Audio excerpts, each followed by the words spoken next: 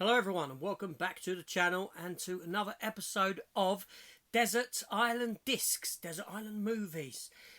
Let's just get the ball rolling on this one.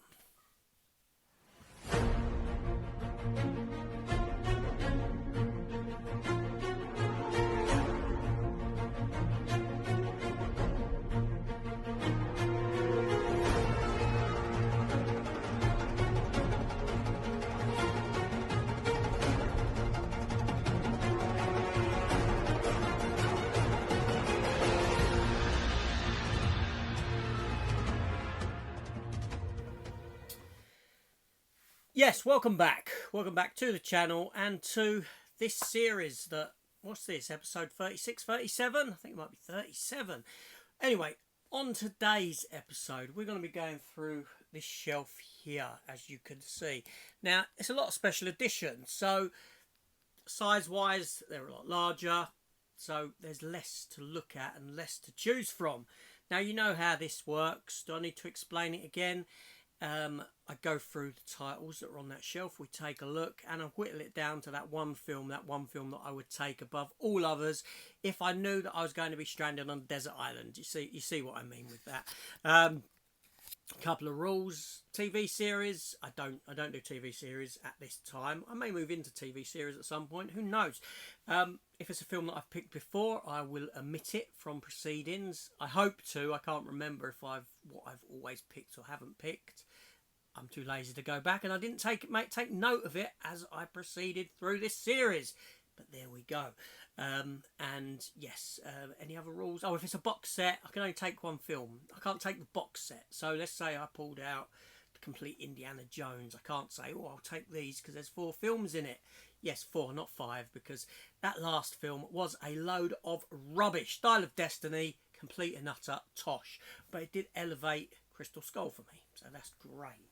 So yes, we're going to take a look at the shelf here. So let us get started without saying anything else. But let's look at the collectibles that are on that shelf first, as I always do. Now, all that's on this shelf are some little figures, action figures, the lead ones, except for this little plastic one here of Superman in his torn garb. This came with the Death of Superman or Reign of the Supermen release, DC animated movie release, where he goes up against Doomsday, and yes. So let's get that out there. The other ones are the lead figures. I think it was an Eagle Moss collection or something of that ilk that they've done.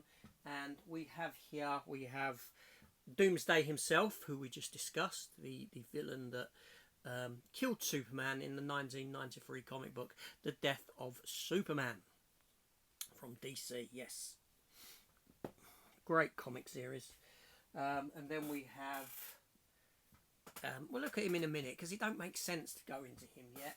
Then we have here the character of Steel, a character who I love, who actually came out with the same storyline. You had the Death of Superman storyline that then went into a storyline called Funeral for a Friend, that then went into the Reign of the Supermen, which was also adapted into Reign of the Supermen was also adapted into an animated feature, and Steel is a character still relevant today in the comics.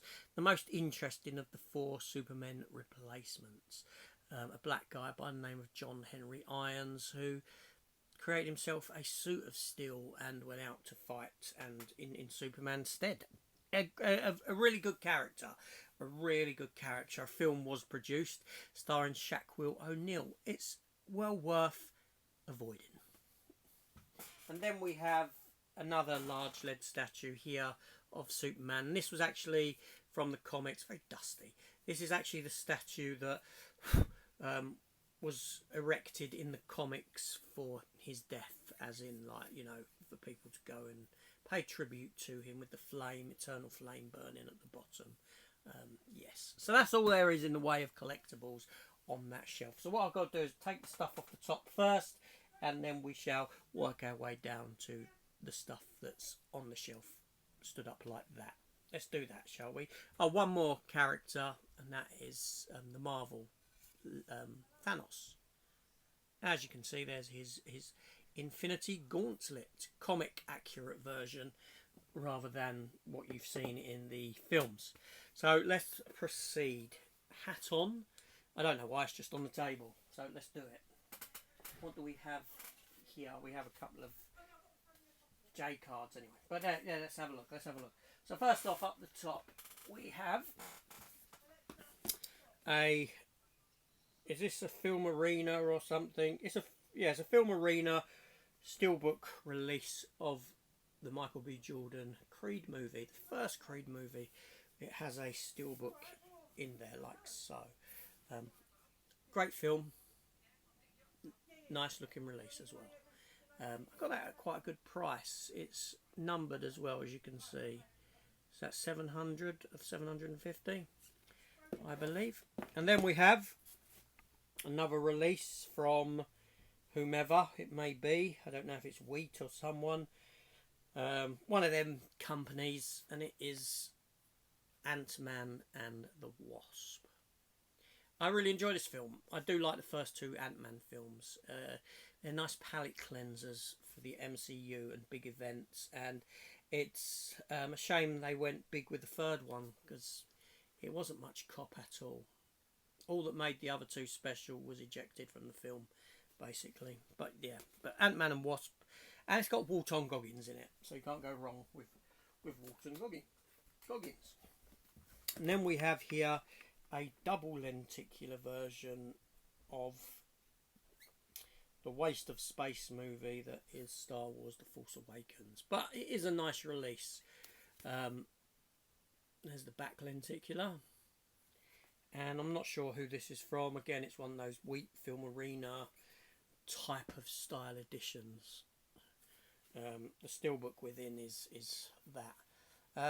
Actually, I think I had this steelbook as a solo steelbook. Same with the Creed one. I think I gifted both of them to Chris over at Cyber Sigma Screen Time, because obviously I'd upgraded to this kind of a release. I got that one quite cheap actually. It was about 20 quid, that double lenticular. And then I have a lovely Film Arena version of Ghost Rider, Nicolas Cage, with steelbook within. And that's a really nice edition actually. I like that. I like that. It's embossed, it's spot glossed, just the character on the front. Ghost Rider, a cool character, a visually cool character. Then we have here another Film Arena Wheat, whatever one it may be. I think this is a Wheat exclusive actually. 973 of 1050, and it is for Man of Steel. That's a really nice edition. I can't knock that one. Look at it, very nice indeed. I do like this edition. Not only that, it has got a beautiful steelbook in it as well, which is that one there.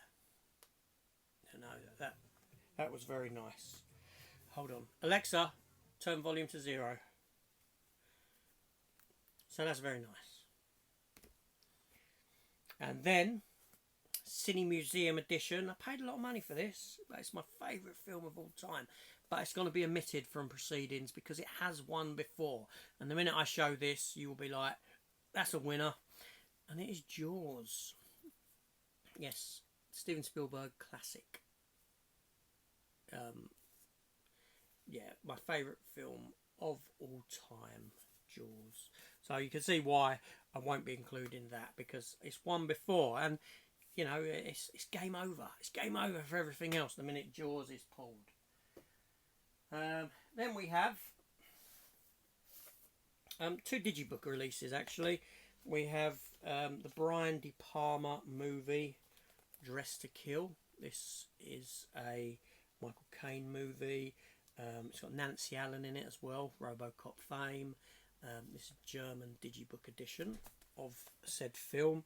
And also I have got, and this came out recently in this country from 88 Films, I believe, or a few months ago, and it is the Western Annie Calder Digibook, German Digibook. Obviously, as I'm filming this, it's not, as I'm actually filming this, that release of Annie Calder isn't out in this country, but it's due to come out in the next month or two, I believe. So there we go. Now we're going to move along this stuff here, and there's a fair few more special editions, and also we're going to work our way through the Titans of Cult releases that I have. So first up from Titans of Cult, we have Blade Runner. Classic film. I can imagine this being someone's pick. However, for me, I feel that it's quite an overrated film. Although I like Blade Runner, I like more the aesthetic, the world building, rather than the story. I think it's a very, very slow-paced film, and I do find it a struggle to get through. I do find it somewhat boring, I will say that. But I recognise that everything about it is good. For me, it's just the pacing. I far prefer Blade Runner 2049 as a movie than Blade Runner itself. But yes, a Blade Runner. And then we have Wonder Woman, the first Wonder Woman film, the DC EU. Decent film, except when you get into that third act. It has a third act problem with it.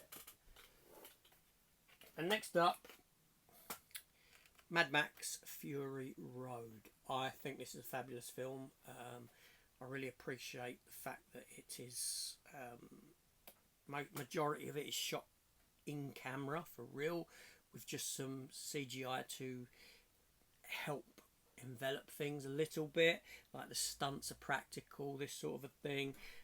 Furiosa is yet to come out as this is being filmed. That looks a lot more CG heavy, but we'll see when it comes out. Then we have, and this could possibly be someone's pick, most definitely, it's Casino Royale, the first Daniel Craig James Bond film. And yeah, it's got a lovely poker chip badge there. Lovely steelbooks in these. Obviously, I'm not going to open them up. But yeah, this is a fantastic film. I can't deny that. Not my favourite James Bond film. That still goes to License to Kill, with Timothy Dalton being my favourite Bond as well.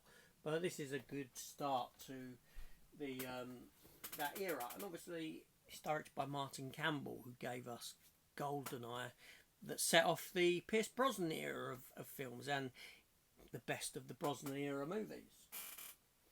And this is another contender, could be someone's favourite. The Matrix. Yes, The Matrix could be someone's take. I imagine that someone like Matt over at Matt V's Movies would possibly consider taking this. But saying that, he's a big fan of Daniel Craig as well, and his Blade Runner is a film top of his list. And so is the next film I'm going to take off of that list. So it'll be interesting to see what pick Matt does. Let me know down below, Matt, what film you would take. But that's Matrix in Titans of Cult. And that next one I was talking about is The Thing. John Carpenter's 1982 classic. And I gave this a rewatch just a couple of weeks ago. It looks great in 4K, and it is a strong movie. One of Carpenter's best, I will say. And this one is a lovely steelbook, as I recall. I have this several times. I just have to have a look at the steelbook. Oh yeah, it's that's on the steelbook. A spot glossing of the creature. But I do like this sort of ice design that is on this edition. Can't get the bloody steelbook back in now.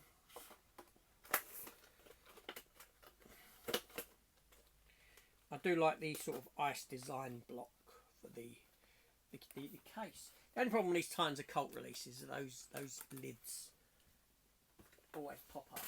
Then we have 2001: A Space Odyssey. Stanley Kubrick's classic, strong film, good film. Now, did this film deserve a stuck Titans of Cult release? I don't know. Let me know. But it is the first Space Jam movie. Now, I did get a lot. I like these. I did like these Titans of Cult releases. I did like them. I liked them. Some of them are questionable as to whether they warranted this sort of a release, but you know, Space Jam possibly being one of them. We could argue for some of the others that are upcoming, but certainly not this one. This is a classic from my childhood anyway. Goonies, and this has got a great steelbook in it as well with the skeleton on it, and yeah, this is a nice steelbook, nice steelbook. The although it didn't work again for Matt, this film, and I always remember this film didn't work for him. He never saw it growing up. He visited it recently in the past couple of years, and it didn't work for him. He didn't enjoy it. But for me, it's a sort of timeless film because I grew up on it, and it harks back to an era when, you know, we did do that sort of thing. We went out on BMX bikes. We had these little adventures and imagined doing these sort of things. Kids today don't have that imagination, unfortunately. It's all done for them in front of them on the screen with their games. Next up is Ready Player One. I wasn't a fan of this film. When I first watched it, I wasn't sure of this movie. But on a rewatch, I learnt to love it more and more. So every time I watch it now, I actually really like the film. I think it's a wonderful film. But it took me a couple of... And that happens sometimes with movies for me. Are there any movies like that for you? That on the first watch, you were like, I'm not sure of this film. I'm not sure that I like it. But then you watched it again and you thought, actually, I like that. It happened with Cocaine Bear for me as well. But yeah, it's... yeah, and I think Megan was another one that I was critical first time round, but then second time I was like, okay, now I know what to expect really from it. Expectation lowered. You know what I mean? But no, Ready Player One I think is great. This is another one that I'd question whether it really needed a Titans of Cult release, is it? And that's Pacific Rim. But it's an enjoyable sort of kaiju movie. And yeah, the sequel, not so good. But yeah, is this Guillermo del Toro, isn't it? I believe is the director. Then we have here we have V for Vendetta. Yes, V for Vendetta. And this is, I don't know why they've done the J card like this on this one. Proper J card style thing. I don't know that, but this is a great looking release. It really is. This is a beautiful one. I do like this Titans of Cult release. Like I said, I'm not going to open them up. Then we have Batman. Yeah, come on. Tim Burton's first Batman. Michael Keaton. Nice little Batarang badge there with it. A lovely looking steelbook with this sort of blueprint of the Batmobile around it. I'm talking about the editions, aren't I? But I should be talking about the films. But these are just lovely editions. But, you know, a great film. A great film. Batman could be a contender for someone. Could it be a contender for me? Let me know what you think down below. And then we have Halloween. Yeah, Halloween. This is Halloween 2018. Yeah, not the original Halloween film, but to be honest, I'm not a fan of. I don't like Halloween, the first Halloween. But I quite liked the 2018 release. But again, is it one deserving of a Titans of Cult release? It's a pretty new film. The sequel's not so much. Like I said, the very first Halloween, I know a lot of people love it. I don't think it's a very good film.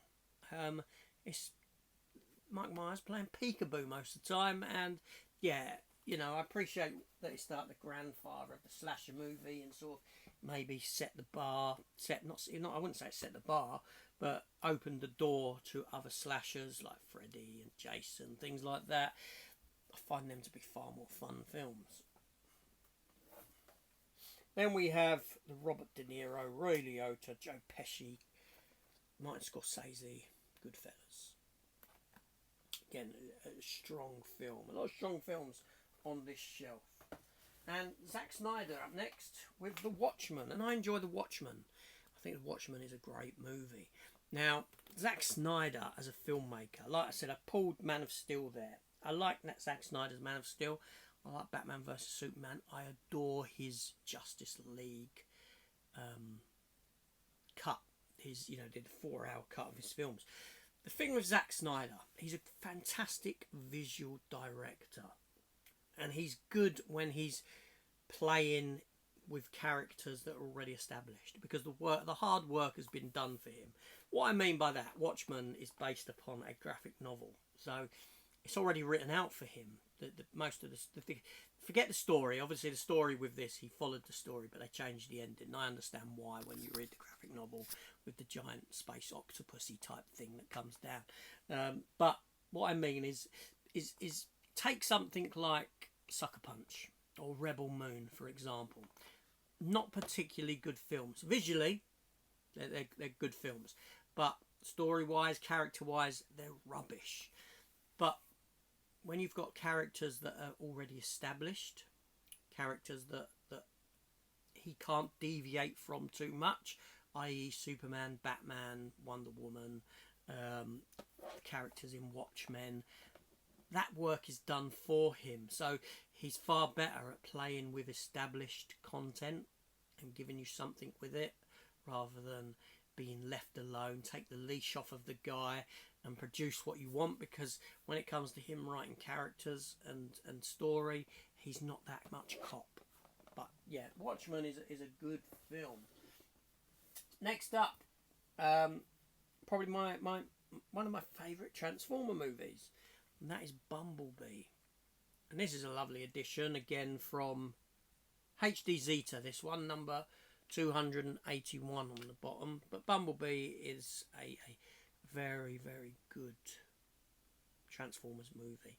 Unfortunately, after this, we got the Beast Wars 1, Rise of the Beasts, and it just ejected all the goodwill that this film done, turned back into a Michael Bay-esque kind of Transformers film, just a lot flatter than what Michael Bay gives you. It's a shame, because this film here sort of gave the impression we were going to get something different moving forward, and we didn't. It's almost like it didn't happen. But the next film here, interestingly, I say interestingly, I'll come back to why, and that is Spider-Man Into the Spider-Verse. And I'm pretty sure that, did this win before or nearly win on a shelf? I can't remember. I can't remember. But why I say it's interesting, because I love this film. Now, only twice in my life have I done a double cinema trip in one day. The first was to Con Air and Fifth Element. Same day. I went Con Air first, went Fifth Element second. I didn't like Fifth Element. I mean, I've learnt to love it now, but I didn't like it coming out of Con Air, because Con Air was like a roller coaster ride. It's the equivalent of going to a theme park. I go to a theme park and I go on the best ride first, and then all I'm left with is rubbish rides. You're sat there like a bit bored. And that's what happened with Con Air and Fifth Element. Con Air was first. It was like a roller coaster. I came out, adrenaline was flowing. Do you know what I mean? Because it feels like a proper man's film, much akin to like Predator in that sense. This is a manly man movie that makes you feel like man. It gets your testosterone pumping around your body, and you come out like, yeah, I'm a man.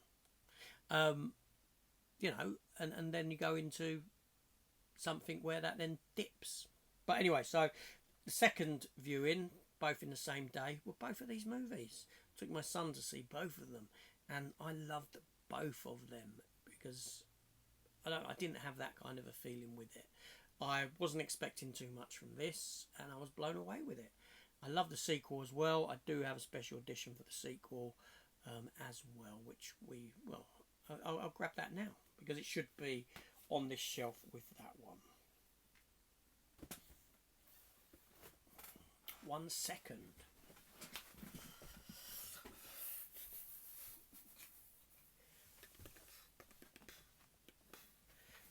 There you go, you could watch the chair still spinning around. And even though this is a thinner release, it's still a lenticular covered release for the sequel. And I loved the sequel. I thought it was a great film.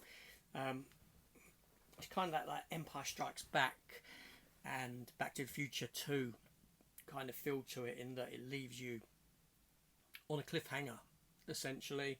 It does that sort of thing again. But yeah, I did really enjoy. I enjoyed both of these films. I think they are both very, very strong movies. So, next up, I'm going to grab this as well because it should be on that shelf. And I should have grabbed it when I grabbed that one. This should be part of this shelf as well. And this is the, I think this is Manta Lab release. There's the J card for it of the Flash with lenticular as well on the front of those characters there. Yeah, the Flash. And on the back it's like that. It's not the double lenticular, but it's got an embossed spot gloss kind of feel to it, and it's got a great steelbook within, which is that one there, and you got all your bump with it. And The Flash is a film that I enjoyed. I enjoy this film. Right, it's okay. The special effects, we know that they're not very good, but I enjoy the film. I think it's a nice kind of epilogue to Zack Snyder's universe. I don't agree with how DC, their release strategy. Yeah, I would have saved The Flash to come after Aquaman 2, and I'd have had it come after Blue Beetle as well. I would have had Flash be the finale of that whole universe, because it could have been used as a stepping stone into the new universe in an ideal world. Yeah, because obviously we know at the end of The Flash that Barry Allen is in an alternate timeline, essentially. He's changed things on the spaghetti of time. Right, so forget about Ezra Miller's history and the stuff that he's done. Right, for me, what I would have done is I would have carried Ezra Miller over as the Flash into the new DC universe, with him having the memories of, and they don't need to be explored, the memories or anything like that. Throwaway line would have done it, of him having the memories of what had come before. But you've now got the new universe, because he's altered stuff and he's put himself into a different Spaghetti Junction timeline. And there's your new universe with so you're not really, you've made Flashpoint work for you, but yeah, but unfortunately Ezra Miller's stuff that he's done, etc., people wouldn't have liked that, but that would have been the ideal world for me. That's what I would have done. But there we go. Anyway, next up, talking about Blade Runner, we have another version of Blade Runner there, and it is the very first Titans of Cult release.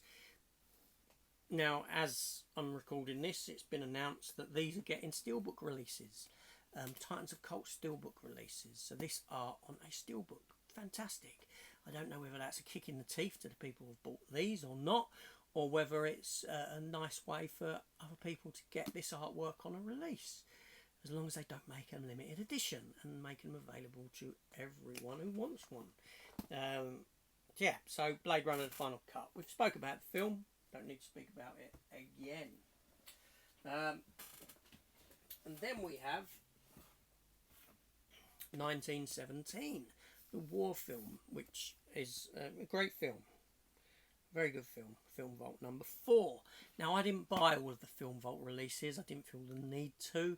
I'm not someone who needs to collect because there's a number on the side. So I've jumped from number 1 to number 4. So from the first run of Film Vaults, I just got 2. And I only got 2 from the second run as well. So what are those 2 from the second release Film Vault? Well, the first one is Shawshank Redemption. Now, I was going back to Matt and what Matt for his movies. I know that this is Matt's favourite film of all time. So, Matt's got, a decision to make. Shawshank, Blade Runner, Casino Royale, Matrix, possibly The Thing thrown in there, Shawshank Redemption. Because, it may be that just because a film is your favourite film, it might not be the film you would take because of rewatchability factor, I suppose. But Shawshank is a fantastic film. I think it's a fantastic film. Yes. And then the final release on this shelf, and one that is omitted from proceedings, is Jaws. Film Vault. Obviously, I was going to get a Film Vault Jaws. And this is the second Jaws on this shelf. Yes, it's the second Jaws on this shelf.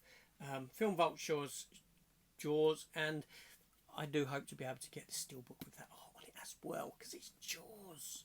But yeah, so most definitely this film would win for me, but it's out of proceedings, so it's not even included, right?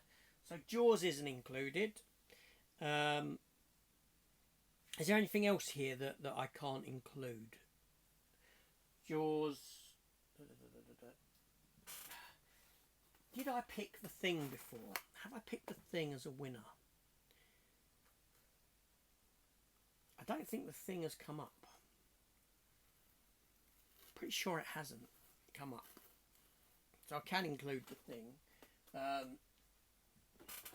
But what will I go for?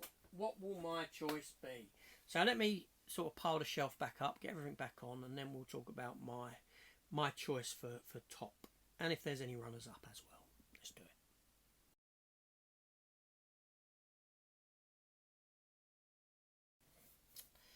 it. Okay, so I am back. So what would I pick?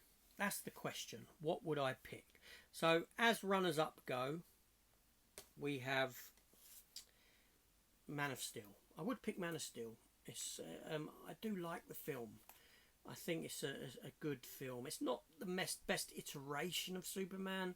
I have some problems with Zack Snyder's writing of the character. He's a bit dark and brooding than what Superman should be. Yeah, but it's still a fun film. I have a good time with it. It's got a fantastic soundtrack. So there's that. I mean, looking at this, there's some strong films on this shelf. The Thing from Another World. Well, The Thing, not John Carpenter's The Thing. I could pick that. Mad Max Fury Road, I think, is a strong film, and I enjoy that immensely. I enjoy Batman, the first Batman, but it's a bit weak on story, like most of Tim Burton's stuff is.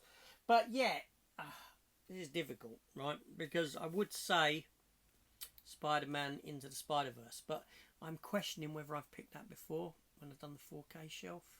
It's very possible that I did pick that, so I think I did. I may be wrong, but I would have to go with, being that you can't pick Jaws, I would have to say The Shawshank Redemption. It's a fabulous film. I even saw it on stage. I saw a stage production of this, only in a small theatre. It wasn't particularly good. But that would be my pick from this shelf. Shawshank Redemption. Solid film. Yeah, that's it. That's me done. That's me done for another one. So yeah, Shawshank Redemption. Let me know in the comments the film you would pick and the reasons why, and let's discuss it, shall we? Let's do it. I'll see you later all. Take care and goodbye.